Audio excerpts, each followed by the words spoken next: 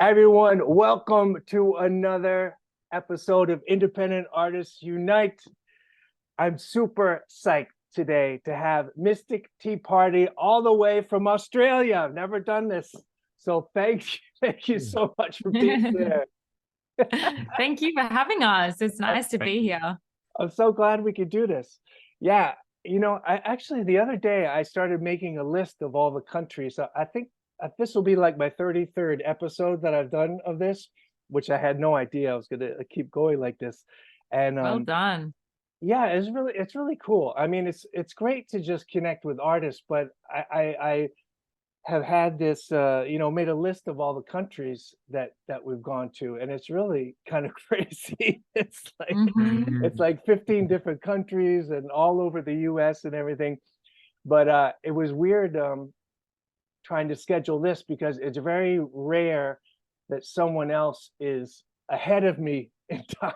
I'm Yeah. always trying to Uh-huh. do the math in my head of like the time, but it's yeah, the thing with Australia, you guys are ahead of Europe, so that's We're living in the Yeah. future. you're living in the yeah. What's happening in the future? hmm It's all good. All good over So here. where are you based?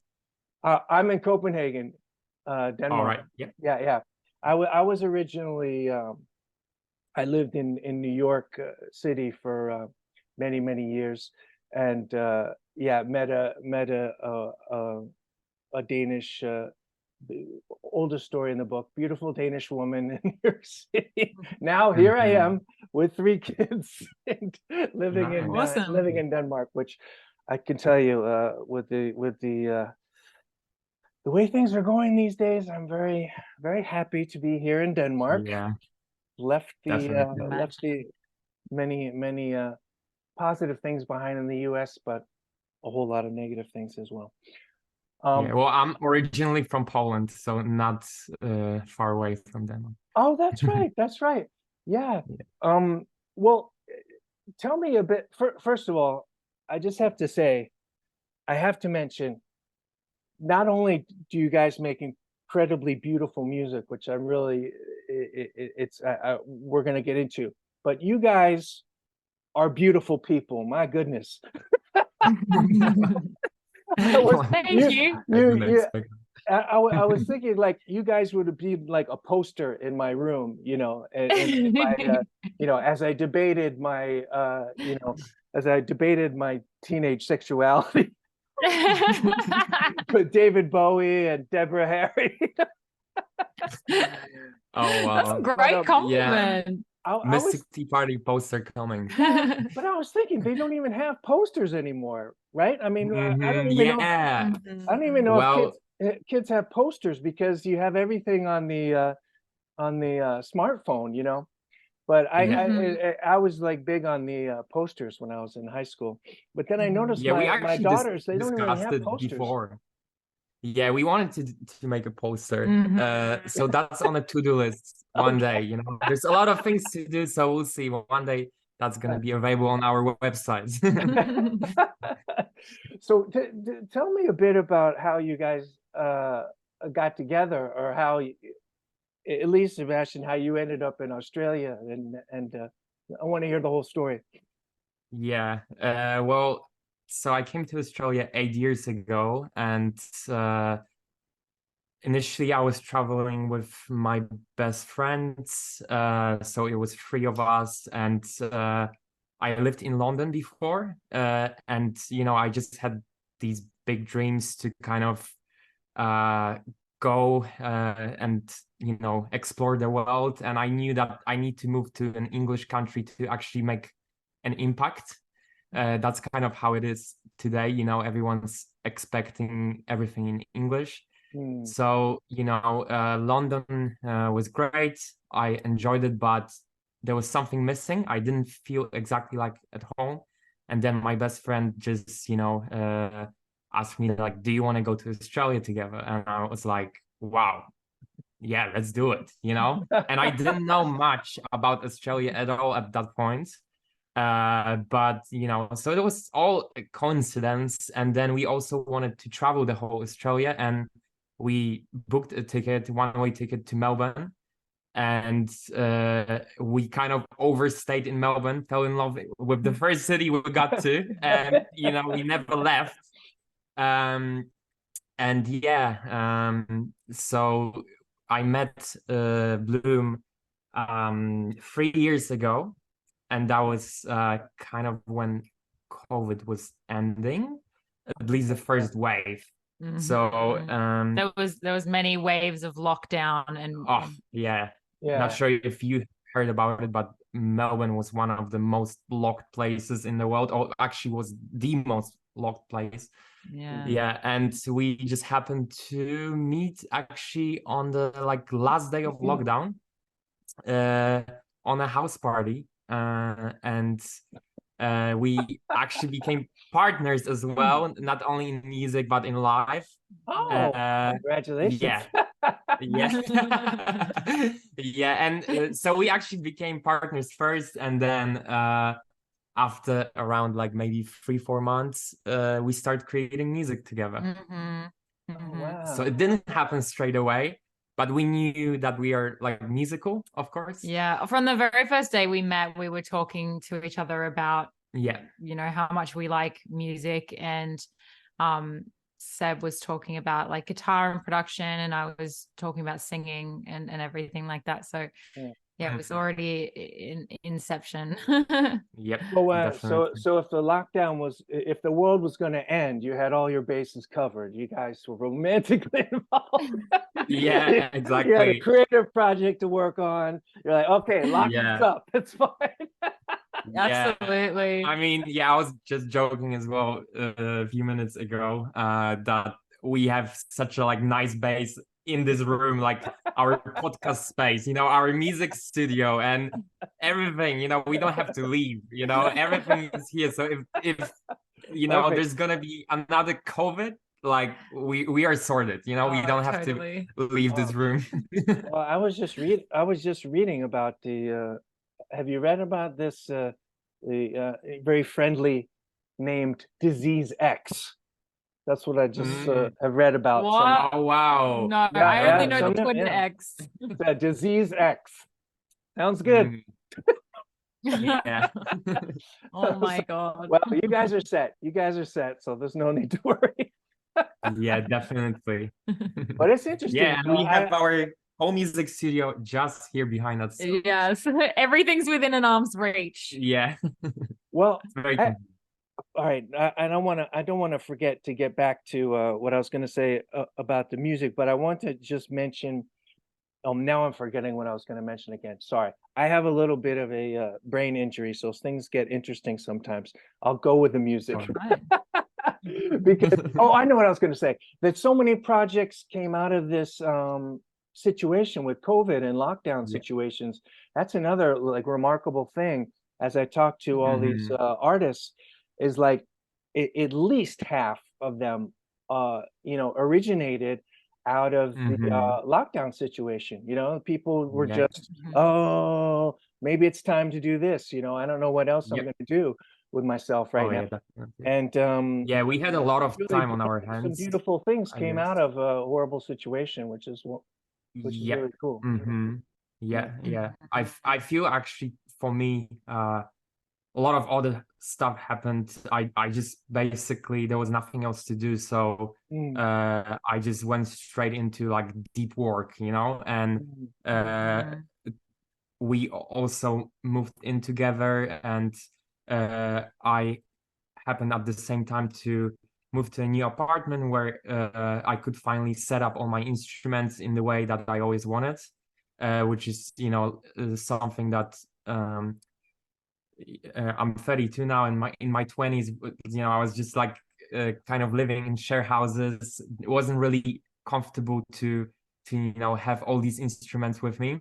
And then I moved to an apartment where I could set up a separate room just with instruments, and we just had to take that opportunity and start recording. And it just went and there was crazy, just nothing else to do, and we just were, that first year we were just writing so much. We called ourselves like Song Factory because we just were pumping out all these different random demos, like stuff that will never see the light of day, but just going like ham, because all there really was to do. So we probably produced like 20 tracks like in the first few months. Yeah. A lot of different genres as well. We were kind of experimenting. Yeah, we definitely have some stuff you know, that no one will ever hear, and I'm glad about it. The rap album. Yeah, exactly. Well, but it's fun, you know, it's fun. Yeah. And you're getting to know each other creatively through that whole process. So that's always time well spent with a creative partner. But it's too, what was I going to say? Yeah, it was, but it's not only the time.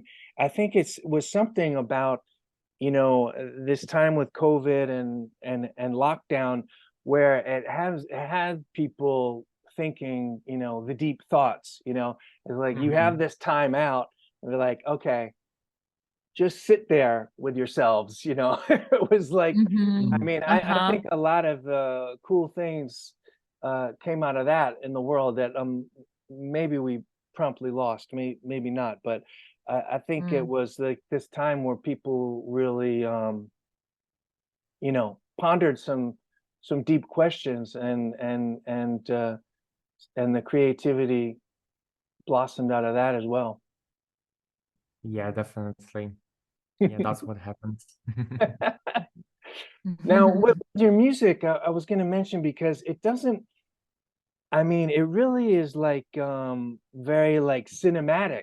You know, that was the first thing that I listened to. I mean, it doesn't sound like a little, you know, it doesn't sound like one of these little apartment studios, you know what I mean? It's really quite lush and cinematic, the sound, which I love. Um, and I love that you reference this like 90s 2000 vibe, you know, because that's when I was like, well, I don't know how to put it, but I was like young and on drugs at the time, literally.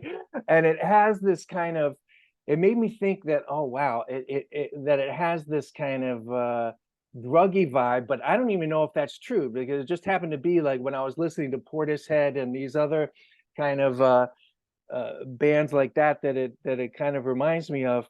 I happen to be on drugs, but but this kind of music, you know, when I was listening to it, it's kind of like I was thinking maybe it's not um like really, I was, you know, I thought often that drugs are like, they really are like they open up things in your mind, you know, states in your mind that are kind of there anyway, that you can touch on in life.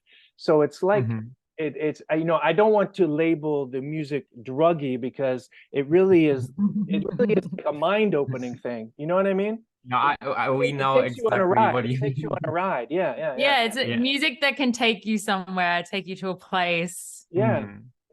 Fly off with. Yeah, and I mean, there must be some influences there, because I like most of my friends that are also producers, they do techno. So I also kind of, you know, was flirting with these genres, and I also love a little bit of psychedelia in music. So I guess I always try to incorporate that in my music. And yeah, I don't know, as we said, like we tried a lot of stuff, different genres, and both of us, you know, we listen to slightly different music, but there's a lot of connection in there, and it's like a big soup, you know, like you add all these influences and you don't really know what's gonna come out. I feel like, especially if you collaborating with people, it it's kind of unknown. You cannot really go for a very specific thing. It's just we're gonna see what's gonna come out, you know. And it's funny because we made this music without directly, like, people say like Portishead, Massive Attack, like all of this trip hoppy type stuff, and that wasn't really the intention. That's just how it came out sounding. And then we were like, oh yeah, duh, we do kind of sound like that. So it was nice. We just found, because we were taking like Seb's inspirations and my inspirations and blending it together, and then it came out like that. So we kind of fell into our sound, and we were like, oh yeah, shit. Yeah, and we so I used to listen to a lot of trip hop, but probably in my teens, and so it's been a while since I listened to this kind of music.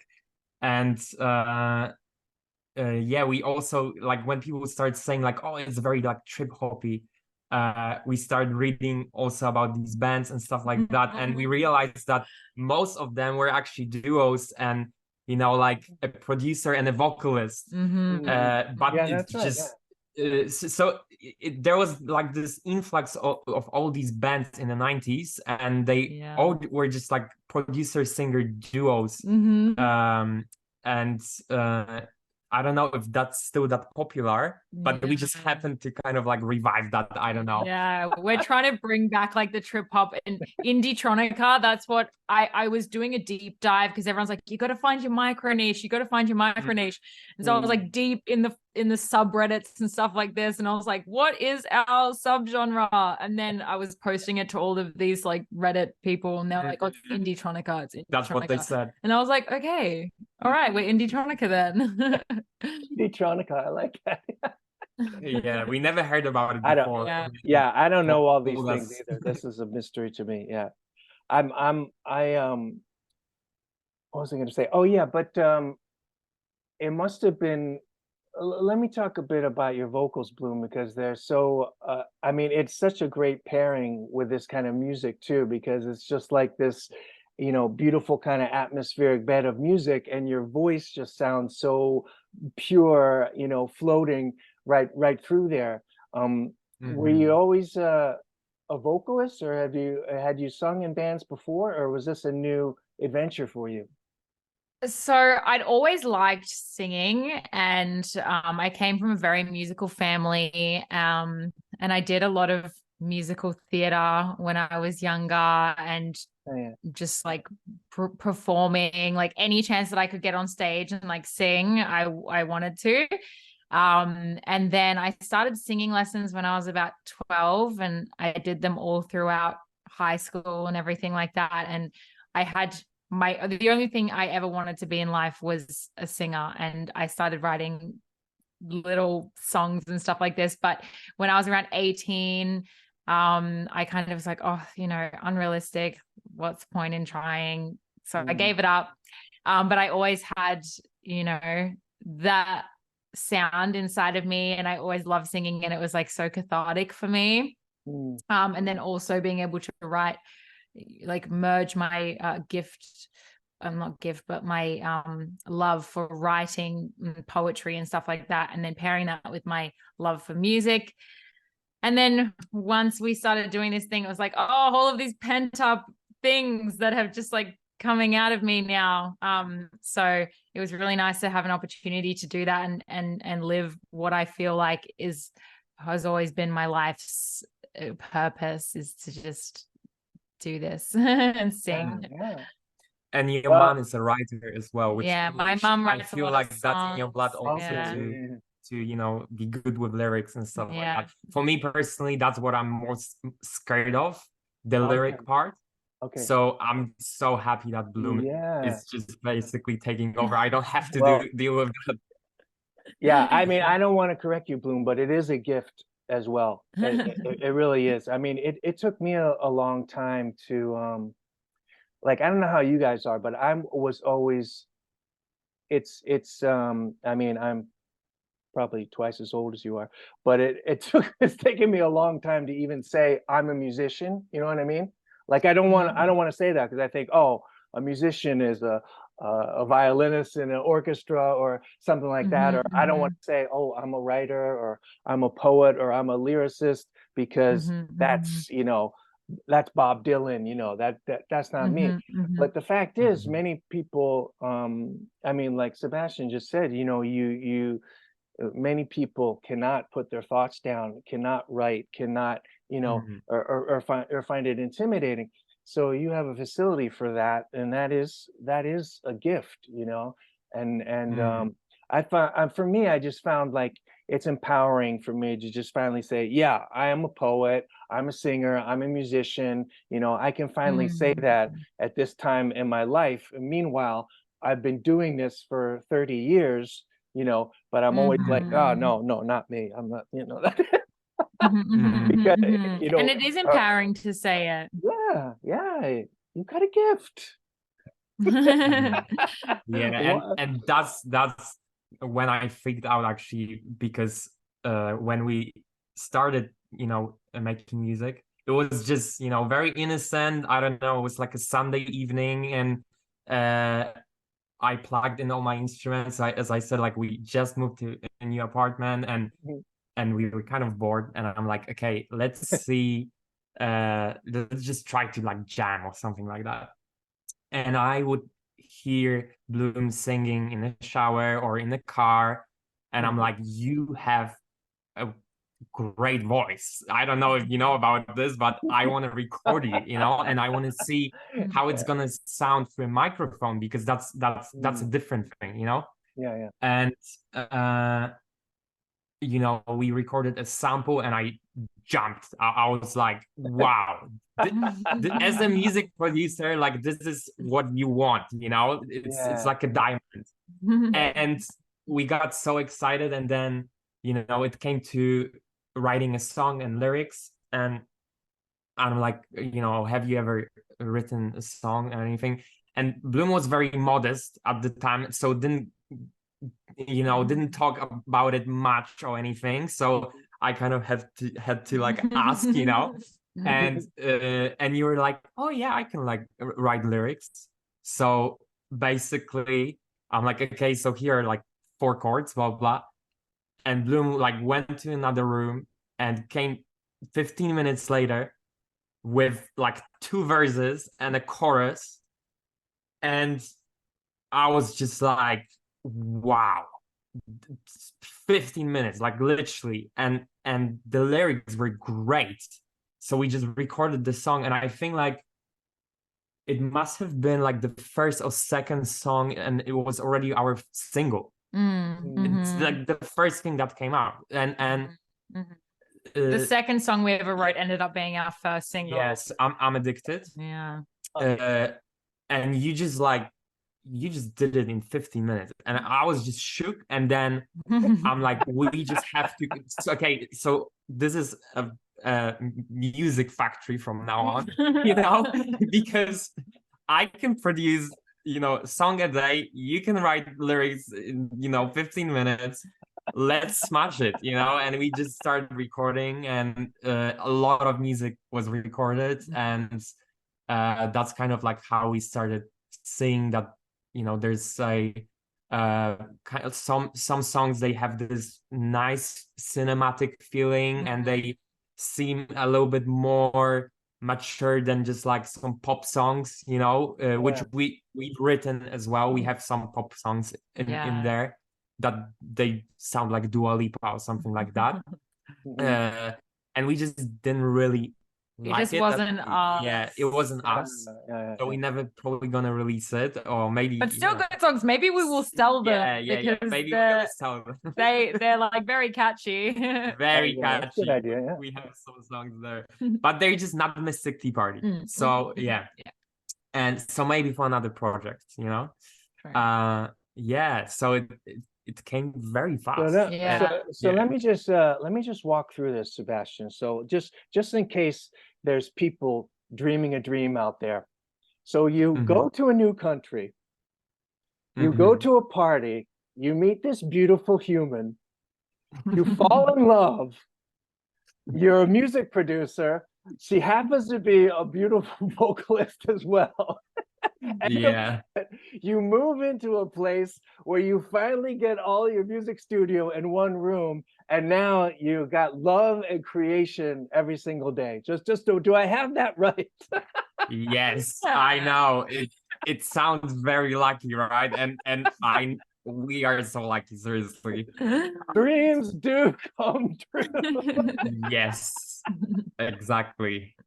Yeah. But I feel like you make your own luck in life, you know. We're Yeah, Oh, yeah. but that was lucky. I know that was lucky. okay. Yeah, there's a But little bit of help. his from time the was other. obviously up. Yeah, yeah. Wow.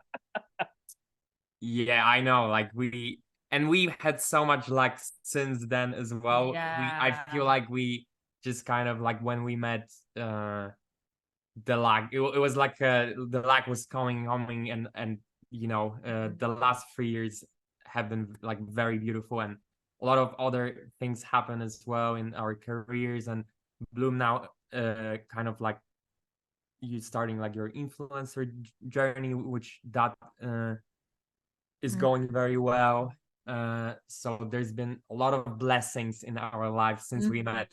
Yeah. And Well, even in oh, sorry. no, go I was ahead. just gonna say, even in terms of writing our songs, like we, you know, we keep coming up with these songs and then so our process kind of changed a little bit. It originally started with Seb giving me something, me going away and doing what I do and then bringing it back to him. Yeah. And then it kind of changed to I would come to him with basic chords and like on the guitar, acoustic guitar, and I would hear it as I hear it, but then I would play it for Seb and he goes, okay, this is how I hear it, and then he makes it into, you know, this epic freaking thing, which is just insane, and takes like what I make and just fucking gives it a whole new life. And then we just have these times where we're like, whoa, are we tripping or is this actually really good?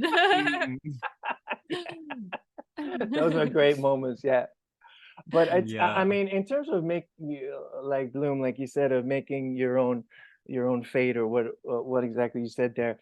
It is true. I think, because you guys just have such a great energy too. You know what I mean? I can just feel it from you guys, and just see, your faces as you describe your lives. That you guys have a great energy, and that's when like these things are attracted to you. I mean, it seems like a trite thing, but it really is true. When you have this positive energy, when you're open-hearted and you're loving, and the same comes back to you. It's just like the way it is. And I mean, for instance, like when I was younger and I was trying super hard to in New York City to be to make my career in rock music. I was like dead set on being the next David Bowie. Like, this is happening now. And but the problem was I was so desperate for the kind of rock stardom, and also a lot of people whispering in my ears, oh yeah, get rid of that person, you got to do this, you got to do that. And oh really, yeah, okay, well, and I didn't really have my footing on even who I was as a human being. And even had a famous a very famous musician that was a friend of mine say, you have everything you need, but you're just too desperate, for this, and you can't. And it was like, unfortunately, you can't like think your way out of that. You know what I mean? Like, I had to live my life, which has included all these crazy things, and end up here where now I'm like now I am like you guys. You know what I mean? Like, I'm open-hearted, I'm positive, I love a connection with other people, and then that's drawn into my life. And so now I'm actually making the music I always wanted to make, that I wanted to make 30 years ago. And I have these beautiful people in my life, and I said, oh, I'm going to start this show. I want to meet this person, and this person is really just how I did it. Because I'm like, oh, I see it in these people. I want to meet these people. And then I just try it. I mean, I didn't necessarily, I mean, I didn't know if you guys would even respond to my Instagram message, you know. I would just like, well, but I'll try, you know. I like their, Yeah. I like their energy, and I, I'll give it a try. So it's like, where am I going with this story? But I think it really is like you do make your own fate with the Mhm. Yeah, energy that you definitely. have. But the tricky part is you can't manufacture that kind of energy. You know what I mean? Like, and so because I see it with other people too that are just kind of caught in this negative spiral, and I recognize it because I used to be there myself, and there's just not, you just can't lift someone out of that negativity. They have to live their way out of it if they're going to get out of it, you know. It's just one of these things. Yeah, But it's so true. yeah. Yeah, I mean, I think a lot of people think that there's like a shortcut to fame, and as you said, you know, if you're desperate, you might be wanting to cut these corners. But I think success comes from doing something daily, and you know, not really having anything to prove, but just, you know, through hard work and just dedication, and that consistency, I think, is the key. And you know, then eventually, if you keep showing up, there's gonna be this one day where you're gonna get lucky, you know. And yeah, to me, meeting Bloom was lucky, but I always, you know, when all my friends, let's say, when they couldn't afford rent, they would sell their guitar, you know, and stuff like that. And I was like, how could you sell your guitar? It's like selling your kidney or something like that. To me, like, I would never sell my guitar, you know. You'd probably sell your kidney I would, first. yeah, exactly. I would probably sell my kidney. And I always just, like, you know, whenever I was moving or something, or to a different continent everywhere, for example, I would take my instruments with me, or I would have a plan that, you know, I'm gonna buy and replace all these instruments in the first week when I'm gonna get there, you know, because Priorities. yeah, and I continued just making music, and you know, it's been a few years now, and eventually I got lucky, and we met, and you know, I already had all these skills, you know, producing, and it was just perfect timing to do a project like this. And it's hard because you can forget why you're doing it in the first place, but it is really important to remember why you do it, and you do it because you love it. Like, you want to be successful in it, but like, if you're doing it, you will be successful because it's that passion. Yeah, that's what I was thinking. Like when you were describing, oh, I do my thing, and then you know, Sebastian takes it, and you're like, I mean, you're both kind of like at the other person, and that's the thing, you know. Oh, that magic right there. And yeah, to stay in that passion and stay in that magic, because that is, I mean, not to, I don't need to preach to you guys, of course, but that's the thing. That really is the thing, because no matter what success happens, you know, that's got to be the thing, you know. Just to know that passion and celebrate that magic.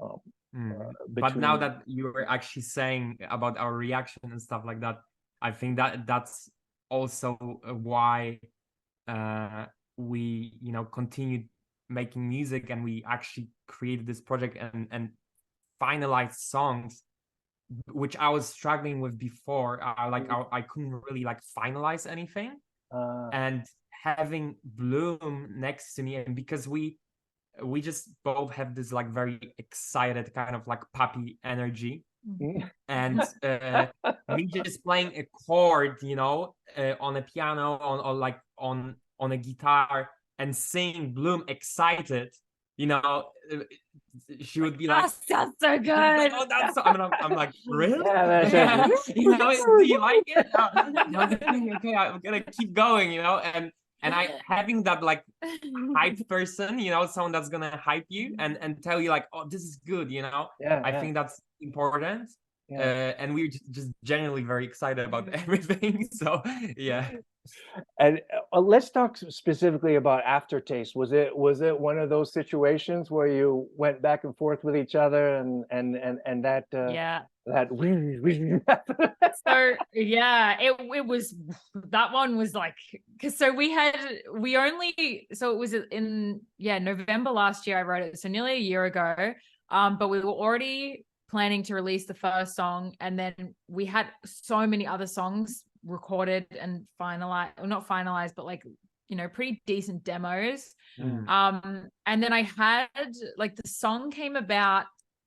I remember I was laying in my bed, and I was just thinking about a personal situation, and I was thinking, oh, I'm left with an aftertaste. And I'm like, okay, yeah, that could be a good lyric. And I'm like, I just like that word, aftertaste. I wrote it down. And then when I was doing my thing, you know, having my me time, and then I was like, okay, yeah, like let's look at those random, because I have so many notes of just random lyrics that pop into my head. So I was like, oh yeah, the aftertaste one. And so I kind of, yeah, I wrote it on the guitar, and I was like, okay, this is nice. Played it for Seb, and then we recorded it, just the guitar and the vocals. And then we just left it for a little while, and then for like a few weeks. Yeah, and few I weeks, didn't do anything. kind of forgot about it. Yeah. And then we were talking about, I mean, there's a few different like this Robbie Williams song. But I remember, like, so I was at the time listening to Robbie Williams. Oh, I need to, what's the name of the song? I really need to say it because like it's one of my favorite songs. Let's see.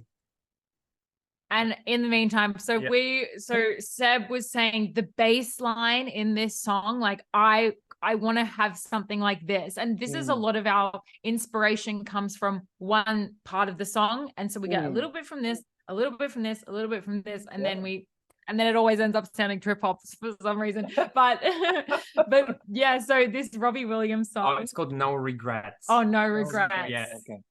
Yeah, and there's this bass line, and I love that song, and it's actually kind of trip hoppy, and I just didn't know that that's, you know, gonna like influence kind of Aftertaste. I just knew that one day I want to create something like that, let's say.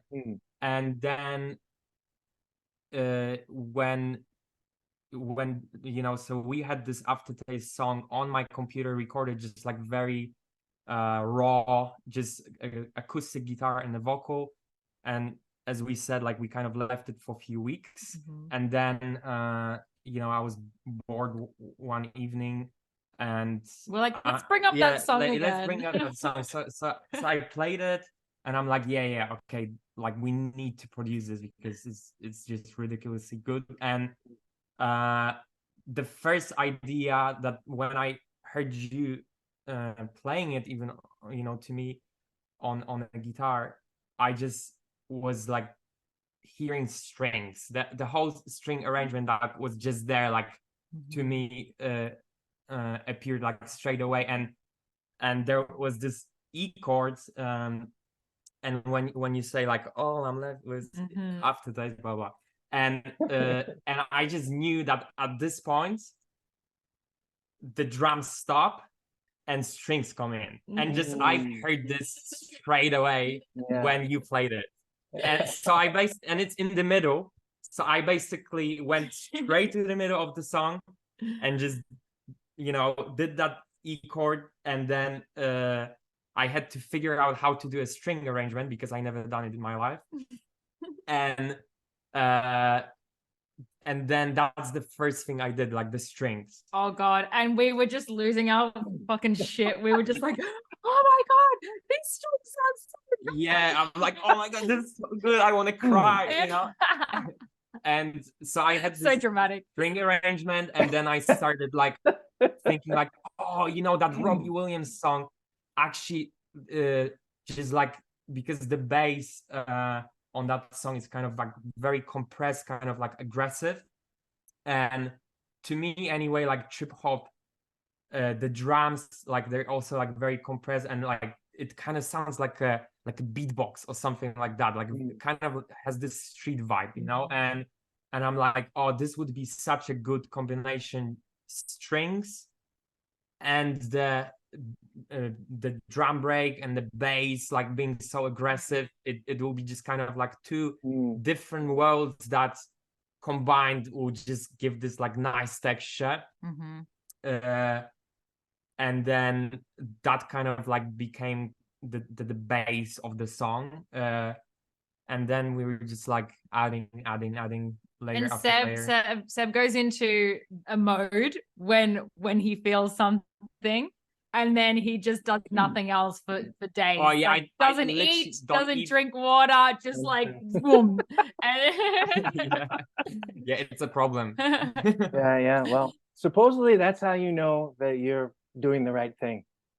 Oh yeah. These things you do when time just goes beep, and it's been 10 hours and you're like, okay. Exactly.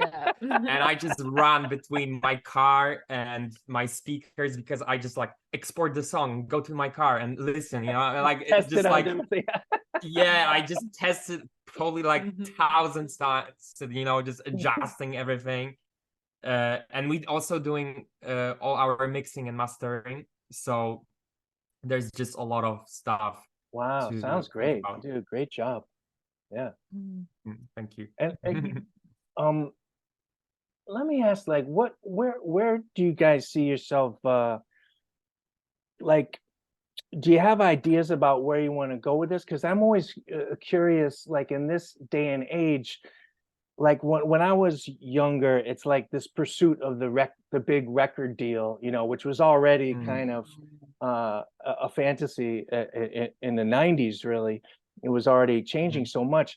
Do you guys, do you want to pursue a record deal, or are you happy releasing the music you want to at the pace you want to, and just use your own promotional techniques? Or what's your big idea for that, if you have one? I think in terms of signing with a label, it would have to be a really good deal. You know, like we've got lots of friends and stuff that are in the industry now, and just learning more about like what labels can actually give you. It would have to be someone who really thoroughly believes in our stuff and in us, and you know, and gets it, because we've tried to work with loads of different people that just don't get it. And that's why we've always just come back to working alone, because like, no, if you don't see it, if you don't get it, then you're not going to be the right person to you know. Well, yeah, we kind of came to conclusion that we're gonna do it, you know, ourselves, and so far that works for us. I don't know what's gonna happen in the future, but we had some experiences with trying to engage you know, like mixing engineers and mastering engineers, and especially trying to release the first song. It was a nightmare, because at that point I didn't know yet that I'm actually gonna mix it and master it. So we had I would say like well produced demo. So I thought, okay, that will be very easy for someone to just pick up, mix it, master it, because everything is there. The whole everything was there. So you know, we recorded everything, I produced it, so it just needed a little bit of a cleanup, and kind of like, you know, fine tuning. Yeah, exactly. And we were just so disappointed. We ended up going with 5 different people that mixed it, and we rejected it all. So and every like, you know what you want. Yeah, exactly. And every time someone would send us back that mix, I would just basically I was just getting so sad because I'm like, oh no, this is like not what I wanted at all. And it kind of sounded worse than the demo. And I'm like, why is this? Like, what's the problem? You know? So I would go to my dungeon for another 2 days, and I would try to mix it myself. And then I just knew that this is not the same quality as, you know, when I listen to my favorite artists. I can hear the difference, and we're not gonna release it until it's gonna be perfect. Seb is also a huge perfectionist, which is great. So we would, yeah, it's great. not for me sometimes, you know. Which is great. So yeah, we would go to another person right after that, and we would get another mix, and we literally went through this 5 times.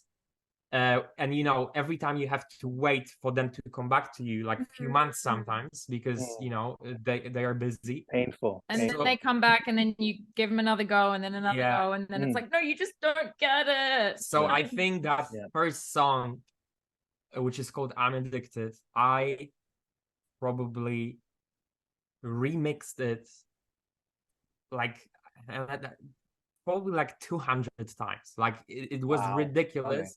Okay. My ears were bleeding. I couldn't listen to that song anymore. I hated it. And then, you know, like at the final stage, we went to this mastering guy, and he said to me that sorry, but the mix is not to, you know, a quality that I would like actually take on that job. Like, I don't like your mix. Yeah, not up to my standards. So and I have a standard, like I'm actually not taking everything that comes to my desk to master it. And this mix needs work. I can recommend you to my friend that will do it for you. And that was like the 5th guy. And we did it. He actually let me go to his studio, which was like a very professional studio. And he was showing me what he was doing. And now that has, I think, propelled me a little bit.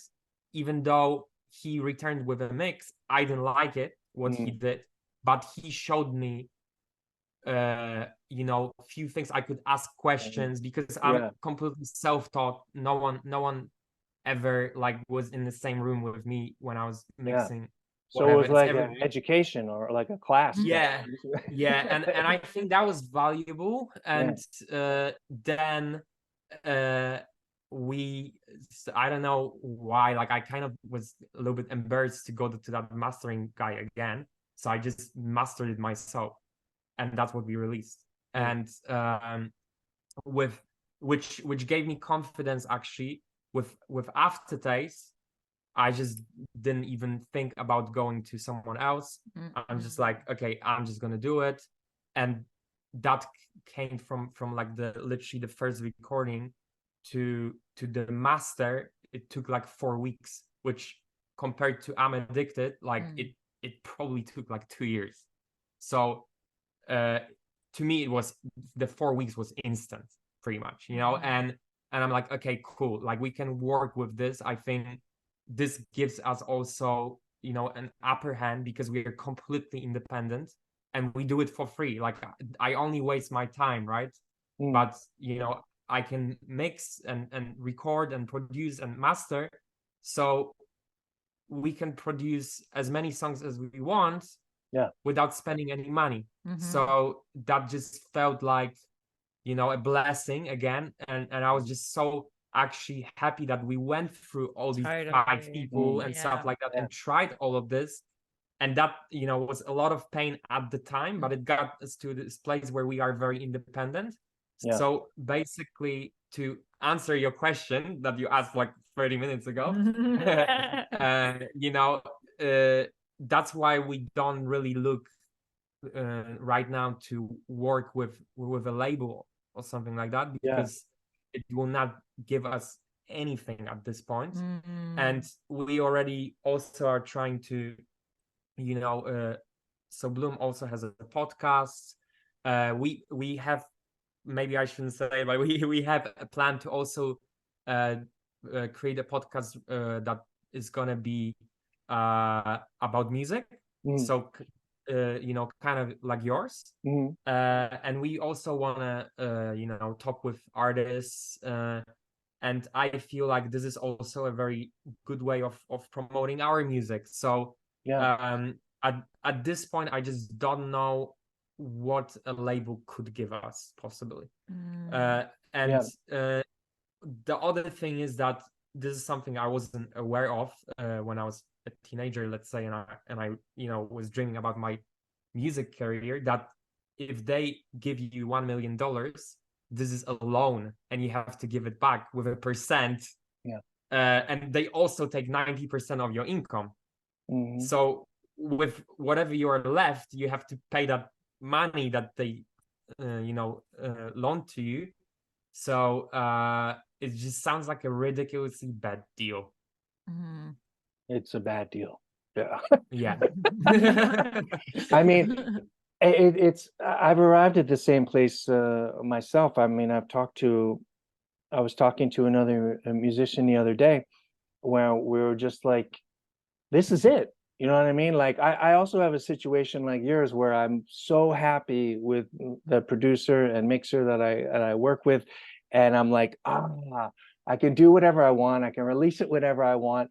And it's the music that I want too, because I mean, what you did, it's not only these little, well, they're not little things, but the mastering and the mixing. Then if you sign with a record label, they could say, yeah, but you're going to work with this producer, and and all the producers want to co-write the songs because they want that money over time too. So it's like suddenly you're not even doing the music that you want anymore. Even if you got that magical deal where someone really is getting behind you 1,000%, you're still right away giving away, it feels like you're giving away half your soul because there's someone stepping in and on your creative process, so it's I think you guys are doing the right thing. Not that my opinion matters, but I hope you guys will just keep releasing your beautiful music. And I don't want to keep you guys any longer. I try to keep this to 30 minutes, and I see that we've gone way over, but you both are delightful to talk to, and I appreciate you guys spending this time with me today. And, I'll be cheering you on from Denmark, whatever your next thing may be. Thank you. We'll have some music coming out probably beginning of next year. Oh, good. And so we have 4 singles planned to release. Wonderful. Consecutively. A lot of exciting. Well, I look forward to those. We'll maybe come back on again and talk about those. It'd be great. It sounds great. It's so nice to meet you guys. So nice to meet you too. Have a wonderful evening now. You too. Bye.